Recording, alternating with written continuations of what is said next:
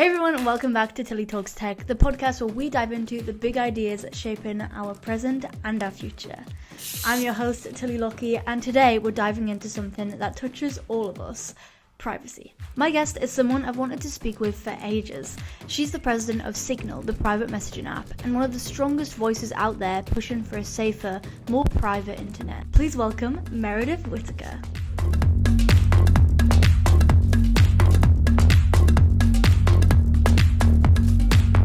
Hello, Meredith Whittaker. Welcome to Tilly Talks Tech. Thank you so much for joining. How are you doing today? I'm doing so good. Thank you, Tilly. It is a delight to be here in your cool situation talking about everything we're going to be talking about. So thank you for having me. You're just one of those people who just tick all the boxes of interesting person that we want to get on the podcast. So I'm super happy you joined. You're such a leading force in the tech world, and the topic that you talk so much about is privacy, which is obviously a very important topic and one that I think touches us all. And you're president of Signal as well, so I just thought we'd start there. And for anybody who doesn't know what that is, if you could explain what Signal is, why it's important, and why you started that up.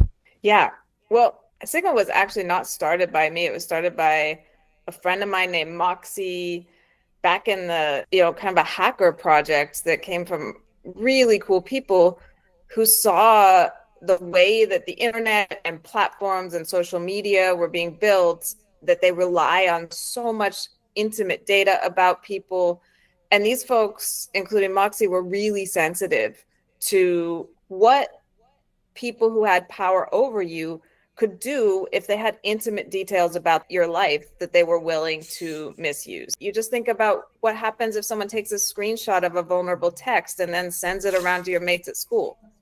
It hurts. It can make your life really hard. It can ruin relationships or cost you a job. So this isn't like an abstract concept. I think it's been made abstract in some ways, I think, to protect a business model of tech that relies on collecting all that data, to say, you don't care about this. This is just normal stuff. Why would you get involved in legal processes around data protection and all that boring stuff when you get to use cool apps and services? And in some ways that's true. And in other ways, there's a huge risk with pooling that type of intimate personal information in the hands of people that could misuse it. So Signal came out of that, and I'm just so happy to be in a leadership role, able to contribute to an effort that I believe in with all of my heart.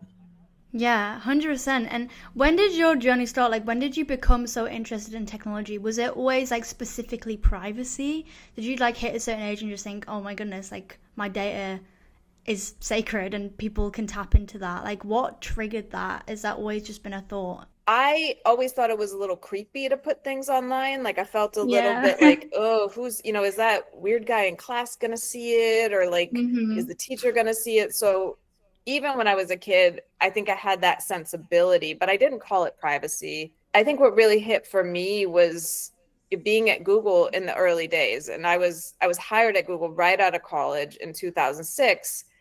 And I was sort of learning about how are they doing things? What is this business model of organize the information? What is Gmail? What does it mean to store your messages? Just basic questions that led me down a lot of rabbit holes. And then I learned, at the time there was a tool that Google had that any employee could access called Harmony. And you could just go to an internal site called Harmony and you could type in a Gmail address and you'd get access to whoever the Gmail address was, their entire history. And I remember being like, holy S, what is this? And feeling really like that kind of cold feeling in your body where you're like, wait, what? And of course that was quickly shut down. This is sort of the early days, and it was shut down. Guess why? Because there was a creepy engineer stalking some people using that service, always that way. And,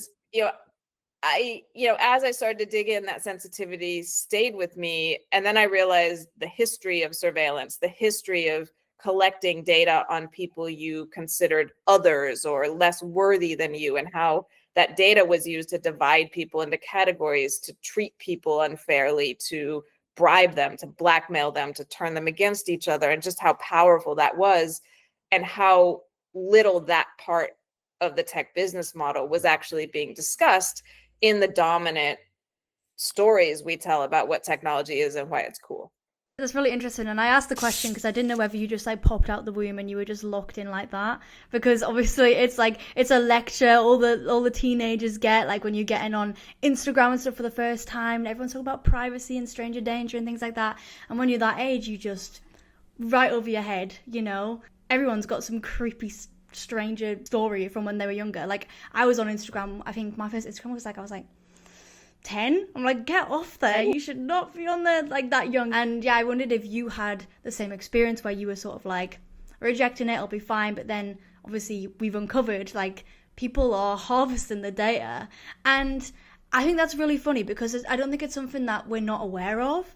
Like we're all aware that, you know, we're accepting the cookies and our data is getting collected, and we know that, but it's like everybody is so too addicted to the usefulness, number one, but also the entertainment of our phones, that we just sort of push it aside and we don't really care. I was wondering if you could help us put this into perspective, like what can actually be done with our data if we're not careful with privacy, because we all know it, but we're not taking the right precautions. Yeah.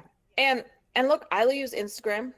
I have social media. I like to have fun. I like to party. But the issue is that, in some sense, we don't really get to participate in normal social life and having a job, going to school if we don't use these services, because that's where things are. And, this is our life. We want to be with our friends. And that's part of being human. That's not an aside. That's not being shallow. For an example, the dangers, I would just look at, in a lot of cases, it remains forever. It remains indefinitely on the servers stored by the companies that collect it. So Meta, for example, collects a huge amount of data, like, my God, way too much, very creepy stuff. And that's their business model. They use that data to make like statistical models of types of people.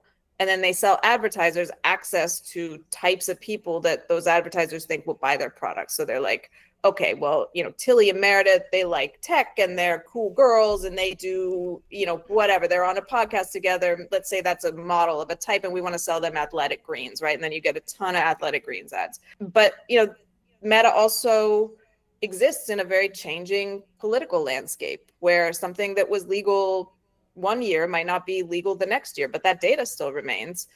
And there are really concrete examples of the harm there. There's a woman named Jessica Burgess who went to prison, lived in prison, because Meta turned over DMs on Facebook between her and her daughter in the US state of Nebraska after the Supreme Court's Dobbs decision, which had enabled states like Nebraska to criminalize access to reproductive health care. And those DMs showed that Jessica and her daughter were talking about getting her daughter access to reproductive care and dealing with the aftermath of an abortion. And this person, lived in jail. It's cold. Wow. She might have gotten beat up. Her life is ruined. She now has a felony on her record that will prevent her from getting different jobs. She may have lost her home. I don't know her story, but that's, in a lot of ways, that is a data story. That's a story about something that was totally normal that then suddenly was criminalized. And there is now a record from people just doing using the communications they're used to using, sending a GIF, talking about reproductive care. Okay, well, the sirens went off and now you're a criminal. So that's just one example, but I think it's a very powerful example because it's in the present moment. And a lot of the examples we draw on, it's East Germany and the Stasi. It's, Hitler's regime and the use of census data. They're not in our daily lives, and it's harder to make them relate to everyday life. But, just imagine all your DMs on Instagram being sent to your parents. Like, what would you do to prevent that happening? Who would you sell out? What thing that you would never consider would you consider in order to stop that from happening? Because maybe it's not your parents, it's your employer, it's every kid in your school, or it's your teacher. We begin to get a sense at a very emotional level of how sensitive this is and how violating it is when someone makes the decision to harm us based on our most vulnerable moments and communications. Yeah, That's crazy. I hadn't heard that story either, and that's a very real thing. Like that can happen to anybody at any point. So if that's not incentive to look after your data, I don't know what is. Use Signal. Use Signal. Get the plug.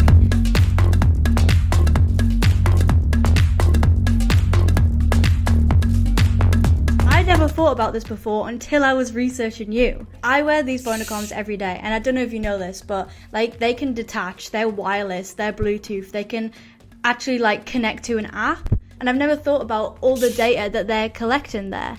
And as an ethicist, should I be concerned about that? Like, what concerns could come from data collected from like a prosthetic? Oh my gosh. You know? That's a really good question. Location data, is there data around sort of movements or even typing? Could that be tracked? I don't know the sensor array in a prosthetic, and I think it's so cool. Is the firmware going to be updated? Is that, how would the data be used? Who controls, that infrastructure? What's their business model? Like the tech is really cool. Like assistive technology is one of the like raddest horizons for tech. I agree. It's really about like who gets to make the call on what's done with the data, on what gets built and who gets access to it, on if a company goes out of business, do they have a mandate to maintain the software that powers your assistive device? Is there a computer brain implant that stops working and causes trouble? Who's responsible? Like all of those they're kind of business questions, and ultimately they're like questions of who gets to make the call, who calls the shots. And my view is always like, the person who is using the assistive device or the person who has sort of the least structural power, to be a little dry about it, should be able to make those calls so you don't have exploitive technology, or you're not abandoning people, after they sort of test and train your devices. So yeah, that's a really good question. It's really mad. And I was talking to somebody the other day about like prosthetics and how we're obviously developing it more and more, and he was saying that ultimately when you think of your like body schemata, you'll think of the hand as part of your body. I explained to me it's like a companion, it's like an additional tool, but ultimately that's where we're going. And if that then becomes part of your body and then somebody else has got the firmware and stuff, then that becomes really crazy. And I came into the office one day, we were experimenting with the Bluetooth app for the first time, and I had no idea that somebody else could control my hand, but that is a real thing. So the prosthetist at the time literally started moving my hand about, and I was like, what are you doing? Like the violation. And it was all in jest, like it was funny, but it just goes to show, like, could anybody do that? And now I'm like side-eyeing OpenBonix. I'm like, what are you doing with my data? Also, I don't know, there could be a cool like hacker project to see about finding vulnerabilities and patching them. Like I'm less educated than I'd like to be on that space, but I also know, there was some folks I've talked to in the past who are doing open source accessibility devices and sort of, thinking about like, how do we hack tech that exists to make it more accessible and just sort of extend the range of what humans can do however their bodies are and however they exist in the world, which I think is, to me, that's like the hopeful horizon for tech. How do we make sure that those who want to benefit from it, or the people who control it, one, kind of let us do that, and that they aren't sort of taking it in a direction that is looking to make more profit, but not in a way that is inclusive or ensures that people are supported. Yeah. And you were speaking at the AI for Good conference in Geneva, right? I was, yeah. You were there. I was also there. So oh, cool. That was I feel wild. like I know. Wild it was place. crazy. Because I feel like I'm the only person with like a robot and like, well, not including like phones and stuff like that, but like prosthetics feels so far in between. And then suddenly you're at an event like that and it's just like, oh wait, they're everywhere. It's really, really cool. But the other thing that's everywhere is, of course, AI. Like AI feels like it's everywhere. What do you think is exciting about that future? What should we be wary of? In the rise of artificial intelligence, like, is that going to be a concern within privacy? Yeah, the term artificial intelligence itself is really kind of fuzzy. Like And what I mean is like that term has been applied to like really wildly different kinds of tech for like Yeah. 80 years. So it used to Mm-hmm. mean like symbolic systems, which are very different than deep learning, which is right now what we call AI. And the things we're actually looking at is a fairly narrow approach to deep learning, which is this Mm-hmm. like bigger is better, like the biggest LLMs with the most data on the most compute, like $1 trillion, a gajillion dollars. We need it all. And Mm-hmm. that's when we think about AI, that very specific and incomplete version of AI is what we're talking about. And then they have, the ability to market those to people by integrating them into their products. Like, I couldn't turn on the recorder before saying like, no, I don't want to use your AI, right? You update Apple every time. It's like Apple Intelligence, please. And there's no option. It's just like, remind me later, right? Like they're really, trying to get this stuff into everything. And that's an issue because again, you have a handful of companies kind of controlling that. And AI is doing really sensitive stuff in some cases, like making decisions. It's sort of, instructing us on how to think. It's doing research, all sorts of things that I think we should be pretty wary of, in addition to some of the privacy issues that come with relying on huge amounts of data and kind of shoving these things in at a very low level of our system, like our operating systems, in ways that require huge amounts of access, which creates vulnerabilities that hackers can exploit. So there's an issue with that form of AI. But I do want to say what I think is really interesting. There's a lot of data that we might want to collect and create about our world that we want to, run through statistical models, whether those are deep neural nets or other modeling techniques. And there's a lot of information that can be gained from that data, whether it be, climate data or epidemiological, well, I got that word, epidemiological data about, the spread of different diseases, things that really matter for the world. It's a matter of control. It's a matter of who gets to ask the questions that AI answers. And then how do we make sure those are actually in the public benefit, not just enriching a handful of actors. Yeah.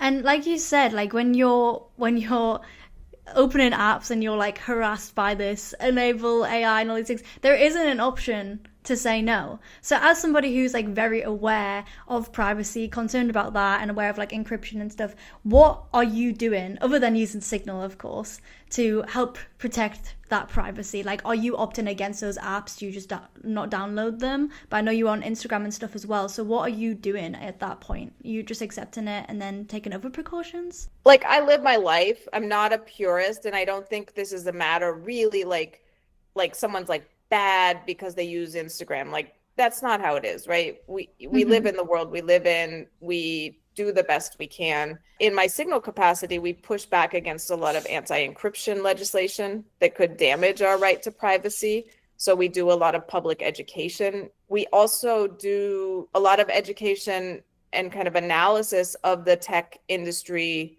more broadly. So raising the alarm on some of the privacy and security harms that are coming through the way that AI agents are being integrated. And for every agent that you're like, hey, order me a pizza and deliver it to my house and tell my friends the pizza's ready.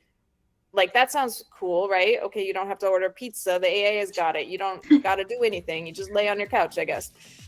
But like, what does that actually mean? Well, the AI has to have your credit card to order that pizza. The AI has to know your location so it can give it to the pizza company. The AI has to be able to spend your money for you. The AI has to be able to, oh, wait, is it access your Signal in order to text your friends? Oh, well, that's a problem, right? So, when we begin to move away from the sort of marketing promises and the futures that they're like, I've said this before, like, put your brain in a jar, let the agent do it for you, into what that actually means at a systems level, at a software level, at a, how does this thing work in the material real world? You begin to see real issues that don't get discussed in the headlines. And I feel that some of my job at Signal and doing this work to uphold the banner of privacy and the fundamental human right to privacy is to cut through the hype and say like, look, let's look at the basics. Let's get back down to reality, and let's talk about what we're giving up to meet this earnings report deadline, to get this launch through. So that's how I think about it. It's not really a matter of individual choice. It's a structural decision that's been kind of made for us, but we try to change those structures. Yeah, that makes sense. And you talk about privacy a lot, but you're like also a public speaker. There's other people in the industry who are less concerned about these things. It's just like pedal down technology future. I know that recently you had like a little feud with Elon Musk at the end of last year. And as a public figure myself, like I'm interested to know how you then deal with like online scrutiny and like, any sort of advice you'd have for somebody who was coming under that online. Yeah, no, I mean, it's not one size fits all. I'm careful with how I talk about myself. I will always talk about ideas. I will always be extremely clear on my values, 100%, but I don't open up my life as a human being, in my world as a human being, because that is just that's where I go to get away from that. And sometimes, as you know, it can be bad. It can feel bad. You're just like, I do not want to look at that screen. And so keeping that boundary really intact has been very helpful for me. And then I just have a list of people who are like my phone of friends. Like when, like when the comments get really mean, or, you're like, ooh, I wish I didn't say that, right? Like that weird thing sometimes, at least for me, sometimes they're like, ugh. Just having a list of people you can like touch grass with and be like, okay, girl, talk me through this. This feels bad. Important to touch grass. The real world. Yeah. And then that often like puts it in perspective a little bit, but we shouldn't say that it's nothing, right? It's real. Like that stuff has an impact. It shapes your world. And I'm sure for you, like when you get recognized sometimes when you're out, when there's like people who have made up stories about who you are in their lives that don't match who you are, it changes the way you relate to the world. And I think that's something, to be honest, I'm still navigating. And I kind of do that by trying to keep as much distance from my real life and my actual homies and the rest of that as possible. Yeah. Reconnect with the homies. Touch the grass. Reconnect with the homies. Yeah. Touch the grass with the homies. The best advice. Let's all just roll around in a field. We'll be fine. Yeah. But Signal isn't just used by like friends and families. It's also used by journalists, activists, communities in like tough situations. And I know you're talking about privacy, so maybe it's not your place to share that story, but I was wondering if there were any stories that people shared with you that like stuck out about like how Signal has made a real difference to them. Yeah. And I mean, I love how you frame this, because like we wouldn't know that if people didn't tell us. But I was talking to a friend last night, actually. We had dinner together, and she was doing a documentary on some environmental conservation activists and monitors who go out and sort of monitor ocean health and, fishing and other things. And she said that, because they are often going up against, governments or kind of authoritarian forces, let's say, they are very careful with their data, and that they wouldn't be able to do what they do if they didn't have Signal to communicate, because they would be worried that it would be intercepted. And then, just as we talked about, from the big to the small, that information would be used to ruin their plans, to undermine their strategies, to hurt them, and basically to make them stop doing what they're doing. We know, Ukraine uses Signal significantly. We know of cases where, LGBTQ people in Uganda, where it's punishable by death to be queer, which is a law that, U.S. evangelicals sort of pushed and now is adopted by the country and poses, just unspeakable harm to queer people in Uganda. But human rights workers in the UK and elsewhere, to process asylum claims from people who could be, literally killed after that law was passed, had to use Signal to get the documents across. Because, of course, if the government knew, if adversaries knew. And so, there's just so many of these these types of cases. Every military uses Signal, intelligence agencies, governments, boardrooms, real serious stuff to, people who are, protesting something at their school, and journalists, and, my neighborhood group is on Signal. So it's really it's a cool job, honestly. And it's, it really is the core infrastructure for private communication. And what you see in that really mixed bag of people who use it is the fact everyone has a reason to care about privacy, whether it's a small reason or a big reason. It's a reason. Yeah. And we are seeing people just opt for the cooler, classier option, which is Signal. Yeah, super cool, super classy. Really interested to talk about all this because obviously, like you say, privacy is a massive thing for everybody, and everybody's putting the data here, there and everywhere. But I feel like my generation were one of the big ones to then, kick it off and put the data in and not know what they're doing and go crazy on social media. And you said that secure communication is a right, not a privilege, which I couldn't agree with anymore. So for my generation and others to come, how do we all protect our privacy in such an online public world? If you could give us 3 tips, 3 actions to take today, ASAP, because they should have been taken yesterday, then what would they be? Well, I gotta say use Signal, because 100%. Signal is verifiably private. The encryption has been proven. We don't know it. No one knows it but you. I would say default to more private options, just knowing that the online platforms are getting jankier and weirder. Think a little bit about in 5 years, would I want this leaked to my boss, right? Just a little bit of those thoughts can go a long way. Maybe you still want to send that massive rant, but maybe just do it in the group chat, not on the platform. I think those platforms are a little janky. We don't really want to be messing with them so much. And then this is boring, but it's just really real. I would update your operating system, make sure all your software is updated so you're not part of a hack on your side. Don't give your data over to shady websites. Don't click on PDF links that you don't know. Just kind of basic security hygiene. That's all sort of at the personal level. And then I would say, youth move a lot in this world. I am really inspired by your generation. I see dumb phone use. I see the smartest questions about this stuff, just seeing right through the hype and not taking any of it. And I do think, youth know that social media is a little sketch, right? Doesn't feel great when you're on it for a long time. It's not the best way to feel connected with your world and your friends. And I think, demands for alternatives that are more than just age gating, which we know doesn't work and results in big hacks. What is a way to use tech to actually connect, to actually, amplify and force multiply real friends and real fun and real momentum, not to have that extracted by data hungry companies for their engagement driven algorithm. And I think getting some shoulder behind that is a really inspiring project that I'm already seeing kind of bubbling up from the younger generation. And that's a place where I'm just I'm gonna follow y'all. You will know the answer. You'll have the sensitivity. You kind of came up with this tech in a way I didn't.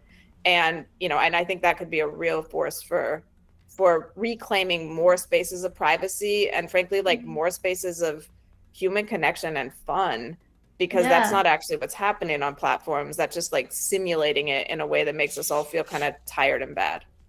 Yeah.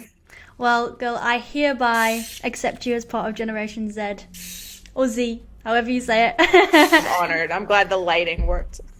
Yeah. But it's super cool for us as well to have role models like you to look up to who are paving the way, and raising these flags, I think it's thanks to people like that and the Stranger Danger chat, really, really important. And people my age, you get to about 20, I turned 20 2 days ago, and then it's okay, no, this is not, maybe I shouldn't have been posting on Instagram when I was 8, so it is important. Also, just your energy in general is just fun as well. Stuffy tech, bro. You're just you're cool. You feel down with the kids. I have a couple quick fire questions just to round off, just 3. So are you ready? Cool. I'm ready. Number 1, the one app on your phone that's not Signal that you can never delete. NTS Radio. Love that. Secondly, a piece of advice you'd give your 16-year-old self about being online. You were right not to create an email address until you were as old as possible. And you were right about those AOL chat rooms seeming sketchy. Don't let the boys tell you otherwise. They were sketchy, by the way. Great advice. And you know what? My first email was an AOL, so now I'm like... Yeah. No, I mean, you're probably fine. It just, they had a whole series of chat rooms that were like, it was like all the, anyway, that's ancient history. I think I know what you're talking about. And finally, 3 words to describe the future of communication. How you see it. Private, secure, classy. Classy. I love that. Thank you so much, Meredith. It's been so fun chatting to you. Honestly, it's been such a cool conversation. I haven't had to talk about privacy yet. It's all been go, tech being built, but it's really important to like take these precautions as well. But like you say, still have fun. Like, it's our world at the end of the day. This is how it is, but we can just be extra mindful in like little ways. But yeah, thank you so much, Meredith. It's been a joy talking to you. I'm definitely going to stay in touch, keep up to date. And for anybody else who really wants to, do you want to share any of your own plugs where people can find you, or at least follow your work if you want to keep your private life, you know? Well, use Signal. If you want to follow the stuff that I do, I post on Twitter, I post on Blue Sky, I post on Mastodon when I remember. I'm out there, and I would also say follow Tilly. And if you want to follow me on those platforms and like cool young people doing stuff I might not know about, get in my mentions and share those things as well. I'm also on Instagram. I share cooking photos there if you like that stuff. But yeah. Hell yeah. Cool. Perfect. Thank you so much, Meredith. Cool. Thank you for chatting to me. It was a joy. Thank you so much, Tilly. You're cool. Bye. You're cool. She said I'm cool, guys. She said I'm cool. Yes, privacy is a super important topic, and let us all remember that when we're out on the big wide web. It is great, it is fun, there's so much to get involved in, but just have that extra thought, Definitely do check out Meredith. She's a queen. Like I said, like, she's talking about really important, serious stuff, but she's also just fun and like cool. She feels like big sister energy, Thank you so much for listening to this episode of Tilly Talks Tech. I really hope you enjoyed it. If you did, make sure to like, comment, subscribe, and let me know who else you want to get on the podcast. I will try my best to reach out and have some more super interesting conversations, and I will see you next time.